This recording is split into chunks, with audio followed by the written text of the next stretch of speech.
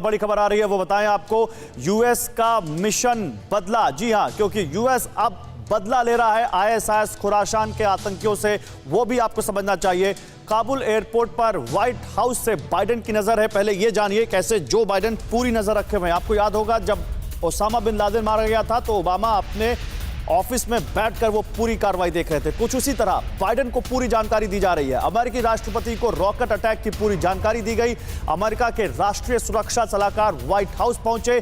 काबुल में बिना रुके अमेरिका का ऑपरेशन जारी है और जो बाइडेन को पल पल की जानकारी दी जा रही है कि इस वक्त काबुल में क्या कुछ घट रहा है, क्योंकि काबुल जंग का मैदान बना हुआ है। निशाने पर अमेरिका है। अमेरिका को एक बड़ा नुकसान हो भी चुका है। अमेरिका ने अपने दुश्मन को ड्रोन से एयर स्ट्राइक में मार भी गिराने का दावा किया है। उन्होंने नांगरहार पर भी एयर स्ट्राइक की थी और काबुल में आज सुबह जब एयरपोर्ट पर 5 रॉकेट से हमला किया गया तो अमेरिका ने दावा किया कि उन्होंने उस अटैक को भी नाकाम कर दिया अपने एयरफील्ड डिफेंस सिस्टम के जरिए। तो ये जो कुछ घट रहा है काबुल में, ये सब कुछ अमेरिका को बताया जा रहा है। अमेरिका के राष्ट्रपति को पल पल की जानकारी दी जा रही है।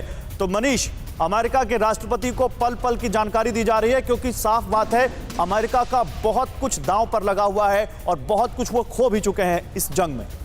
जी हाँ, बिल्कुल आपने सही कहा कि बहुत कुछ दांव पर लगा हुआ है। अमेरिका का भी, अमेरिका के राष्ट्रपति का और बेचारे अफगानों का तो सब कुछ लुट ही गया है। तो अब ऐसी स्थिति में जो तस्वीरें यहाँ दिख रही है, एक तो तस्वीर का ये पहलू है कि जहाँ पर प्रेसिडेंट बाइडेन सिचुएशन रूम में है, वो मीटिंग कर रहे हैं। वो दरअसल अमेरिकी जनता को और दुनिया को दिखाना चाह रहे हैं कि नहीं, हम लोग एक्टिव हैं, हम इतने कमजोर नहीं हो रहे हैं जितना आपको दिख रहा है। वहीं दूसरी तरफ हम देख रहे हैं कि रॉकेट दागे जा रहे हैं और उस रॉकेट को जो एयरपोर्ट का डिफेंस सिस्टम है वो नाकाम कर रहा है। लेकिन इस तस्वीर का दूसरा पहलू यह है कि अचानक अब तालिबान की बजाय दुनिया के सामने सबसे बड़ा जो टेररिस्ट ऑर्गेनाइजेशन है वो अब आईएसआईएस के हो गया, यानी आईएसआईएस खुरासान हो गया। यानी कि अब तालिबान के प्रति अमेरिका उम्मीद कर रहा है कि दुनिया उसे उतना बड़ा खतरा ना माने, क्योंकि अब अमेरिका ने खतरा मानना छोड़ दिया है। और अब आईएसआईएस खुरासान का सवाल वही है कि 9/11 की घटना के बाद पिछले 20 साल की लड़ाई जो हमने वॉर ऑन टेरर के नाम पर लड़ी थी,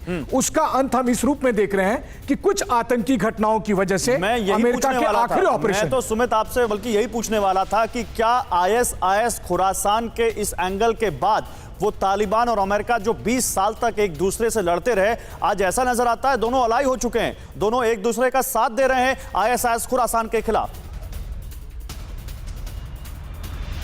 देखिए, बिल्कुल इस तरीके से दिखाया जा रहा है कि दोनों की एनिमी जो है वो बहुत कॉमन है, यानी आईएसआईएस खुरासान। लेकिन आप ये मान के चलिए कि आईएसआईएस खुरासान ने ही तालिबान को यहां तक सत्ता पर काबिज होने के लिए पूरी मदद की है। तो ये बहुत मुश्किल होगा। हालांकि दिखाया जरूर जा रहा है, लेकिन खतरा इस बात का है कि क्या धीरे धीरे तालिबान को टेक ओवर ना कर जाए आईएसआईएस खुरासान, और यही डर अमेरिका को भी है। बिल्कुल, क्योंकि हक्कानी नेटवर्क से उसका नाम जोड़ा जा रहा है और हक्कानी नेटवर्क के पास खुद काबुल की सुरक्षा का जिम्मा है।